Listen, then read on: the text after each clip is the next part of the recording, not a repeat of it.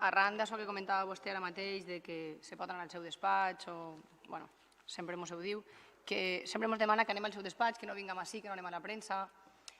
Jo què vol que li diga? Nosaltres li fem peticions així, les fem en privat, i les fem en la premsa, i les fem en televisió, on siga,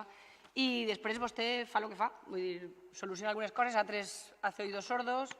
i l'exemple clar ara mateix, per exemple, és en la plaça de la zona del divendres, que n'hi ha un parc infantil, un parc per a desenvolupament físic de la gent gran, en principi això era la seva definició o per a lo que valia, ara mateix és un camp de batalla, això és un perill anar per ahí. Per tant, li vam sol·licitar que ho retiraren fins que la Mancomunitat, que tenia previst cedir xocs per als municipis que la conformen,